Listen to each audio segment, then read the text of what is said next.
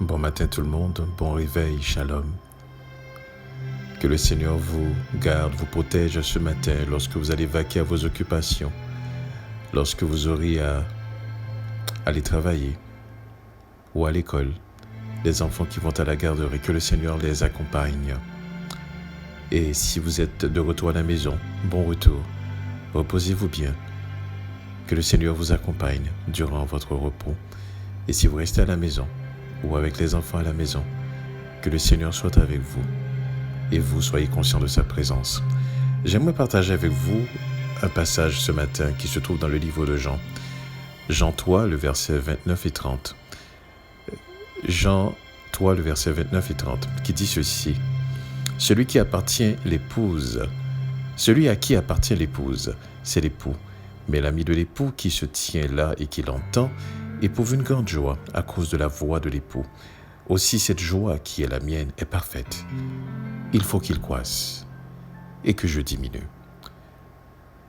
Le contexte de ce verset, c'est que Jean, lorsqu'il baptisait, il y a certains de ses disciples qui sont venus à lui pour lui dire, mais il y a un homme que tu avais présenté il y a quelque temps. Et cet homme aussi est en train de baptiser. Il y a une foule justement qui s'en va vers lui. Donc, la popularité de Jean diminuait. Donc, les gens quittaient Jean et se faisaient baptiser justement par le Seigneur lui-même. Alors, les disciples, il y avait une dispute entre les disciples de Jean et les disciples du Seigneur. Et c'est à ce moment-là qu'on a décidé de rapporter l'affaire à Jean pour que Jean puisse avoir cette confrontation avec cet être-là qu'il avait présenté comme celui qui ôtait le péché du monde, l'agneau de Dieu, et qui diminuait sa popularité.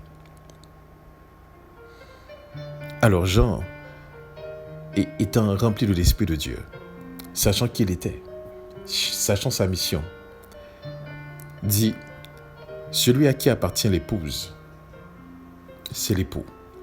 Il reconnaissait en Christ l'époux. Et l'épouse, ces gens, c'était nous. Les personnes que Christ sauvait, les personnes qui allaient après lui. Donc cette église qu'il devait préparer. Et il dit, mais l'ami de l'époux, donc parlant de lui-même, qui se tient là et qui l'entend, éprouve une grande joie à cause de la voix de l'époux. Donc il ne s'agit pas de moi, il s'agit de l'époux. Il s'agit de cette noce. Et je ne peux pas prendre toute la popularité, le vedettariat de cette occasion-là. Alors il dit, moi j'ai une grande joie. Et cette joie, c'est la voix de l'époux. La joie de pouvoir voir cet époux-là. Et il ajoute que ma joie est parfaite. Et il explique, il faut qu'il croisse et que je diminue. Vous savez, de tous les hommes qui ont existé sur cette terre, jusqu'à aujourd'hui et demain, le Seigneur Jésus a dit quelque chose de Jean. Il a dit de tout homme né de femme. Et j'en suis certain quand il disait cela, il avait en tête le temps entier, c'est-à-dire les hommes du passé, les hommes qui étaient présents dans son temps et les hommes du futur. Il dit de tous les hommes qui sont nés de femmes, il dit aucun homme soit plus grand que Jean-Baptiste. Il est le plus grand de tous les hommes qui sont nés de femmes. Et Christ est né de femme. Et il disait que de tout homme qui est né de femme, Jean en est le plus grand. Voyez-vous la place que Jean occupait dans le cœur du Seigneur? Jean est le plus grand. Mais pourtant il dit ceci. Et c'était ça son message. Pourtant le plus petit dans le royaume des cieux est plus grand que Jean. Pourtant le plus petit dans le royaume des cieux est plus grand que Jean. Jean n'était pas n'importe qui. Vous savez, aujourd'hui, au Québec, les Québécois aiment fêter ce qu'on appelle la Saint-Jean, le 24 juin. Juin qui est le 3e mois de l'année. Alors, les Québécois aiment ça fêter la Saint-Jean. On appelle Saint-Jean-Baptiste. Semble-t-il, depuis le 19e siècle, la Saint-Jean représente, le 24 juin représente la fête de Jean. Et la Saint-Jean est devenue effectivement, au cours du XXe siècle, une fête nationale, décrétée par la loi même, qui est chômée, donc un arrêt de travail qui est payé. Mais le Seigneur voyait en Jean quelque chose d'extraordinaire. Et Jean, en retour, voyait au Seigneur quelque chose d'extraordinaire. Le Seigneur voyait en Jean un grand homme. Et Jean, lui, était humble pour dire qu'il faut qu'il croisse et que je diminue. Si cette parole est comprise, cela va nous éviter énormément de problèmes. Parce que vous savez, depuis qu'on est né, la première des choses que nos parents nous font, c'est nous apprendre à nous reconnaître. On nous a toujours centralisés dans nos premiers pas, lorsqu'on faisait nos dents, lorsqu'on a commencé à parler, quand on a commencé à l'école, quand on a commencé une fréquentation. On a toujours été le centre de nos parents. Et le monde est préparé à faire croître le jeu en nous. Il faut qu'on étudie. Il faut qu'on travaille. Dans une entrevue, il faut qu'on se vante, jusqu'à même mentir. Le jeu est présent. Et voyez-vous, Dieu diminue. Mais Jean a compris une chose. Devant sa popularité, les disciples qui le laissaient, mais c'était correct pour lui, parce qu'il faut qu'il croisse. Il faut que l'époux croisse et que lui, il diminue. Si cette parole est comprise ce matin, ce sera aussi le cri de nos cœurs, qu'il faut que le Seigneur croisse en nous et que nous puissions diminuer. Comprenez bien, Paul plus tard va dire quelque chose d'extraordinaire qui va dans le même sens que Jean. Jean avait exprimé qu'il faut que le Seigneur croisse et moi je diminue. Paul va dire, si aujourd'hui je vis, ce n'est plus moi qui vis, mais c'est le Christ qui vit en moi. Que cela soit le cri de nos cœurs ce matin. Qu'il faut qu'il croisse et qu'on diminue. Remarquez bien que nous sommes tellement présents, tout ce qu'on aborde, c'est par rapport à nous-mêmes. Tout ce qu'on voit, c'est par rapport à nous-mêmes. Toute action-réaction, c'est par rapport à nous-mêmes. Ce n'est pas par rapport au Seigneur. Et le jour qu'on commence à comprendre, à saisir cette vérité, vous allez voir, c'est ce jour-là que vous allez commencer à diminuer aussi et que le Seigneur va commencer à grandir en vous. Il faut qu'il croisse. C'est impératif. Il faut qu'il croisse et que je diminue. Était le cri du cœur de Jean. Ne serait-ce pas aussi le cri de notre cœur ce matin? Il faut que le Seigneur croisse et qu'on diminue. Ce n'est pas chose facile. Il faut qu'il croisse et que je diminue. Ça voudrait dire accepter des humiliations. Il faut qu'il croisse et que je diminue. Voudrait dire de tolérer quelques injustices. Il faut qu'il croisse et que je diminue. Voudrait dire de passer l'intérêt de l'autre avant mes propres intérêts. Il faut qu'il croisse que je diminue. Voudrait dire de considérer l'autre avant que je me considère moi-même. Pardon. Il faut qu'il croisse que je diminue. Ça voudrait dire, tout simplement, dans n'importe quelle situation de la vie, dans n'importe quelle expérience de la vie, que c'est sa voix que j'entends davantage, au lieu que ce soit mon propre raisonnement.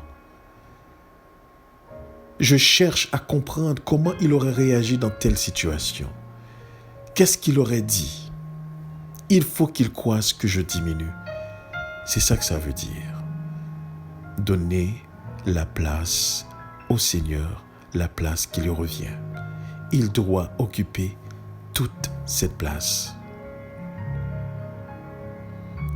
Vous savez, il faut souvent aux chrétiens une longue vie d'expérience humiliante pour être amené à s'exprimer comme Jean. Pourquoi? Parce que notre homme naturel a toujours la tendance de s'élever, jamais le désir de s'abaisser.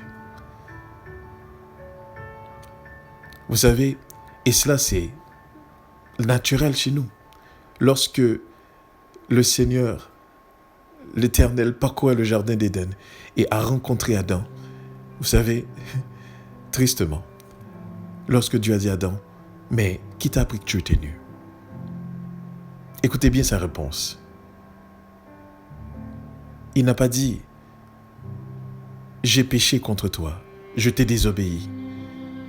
J'ai pris une décision que je n'aurais pas dû prendre. » Ce n'est pas du tout ce qu'il a dit. Il a dit, « Écoutez, c'est la femme. C'est même plus sa femme à lui. Ce n'est même plus celle qui était cette fois-ci os de mes os, chair de ma chair. Mais c'est la femme que tu as mis à côté de moi, m'en a donné et j'en ai mangé. » On n'a jamais voulu être blâmé. On n'accepte pas le blâme. Il faut qu'il croisse et que je diminue. C'est aussi reconnaître son tort. Être capable de dire, c'est de ma faute. Je suis responsable. Je t'ai fait mal, je suis responsable.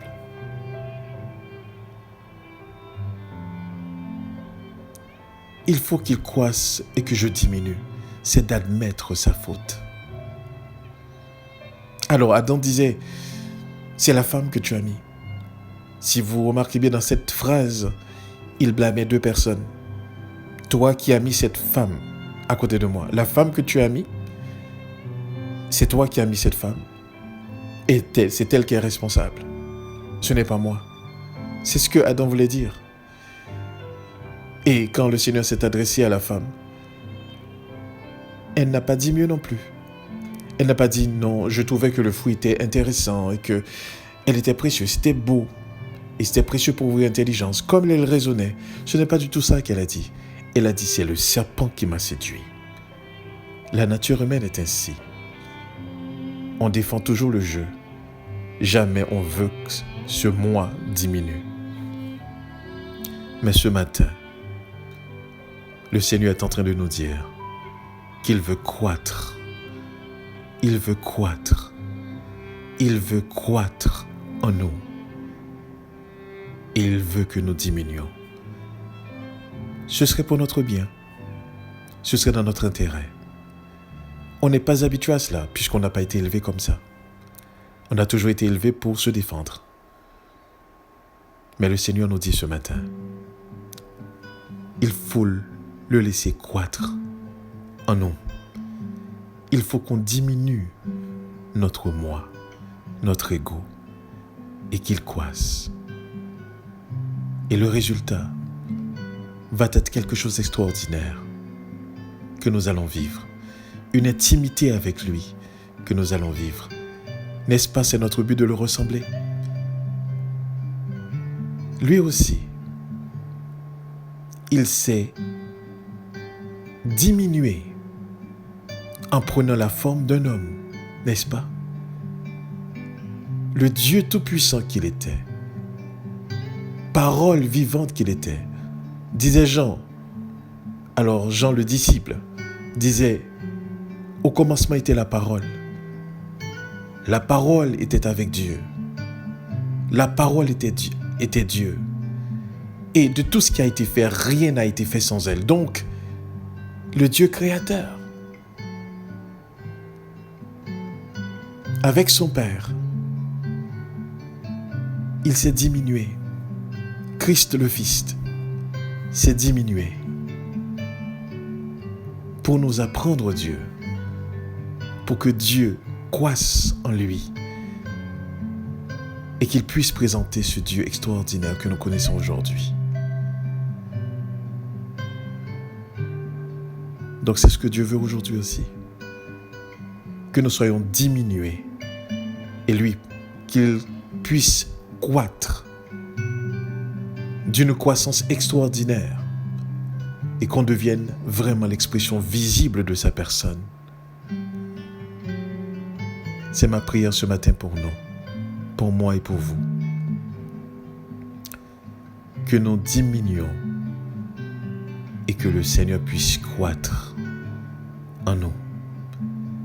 Que le Seigneur nous permette de comprendre cette parole ce matin, cette vérité, et qu'on soit la personne qu'il veut qu'on soit.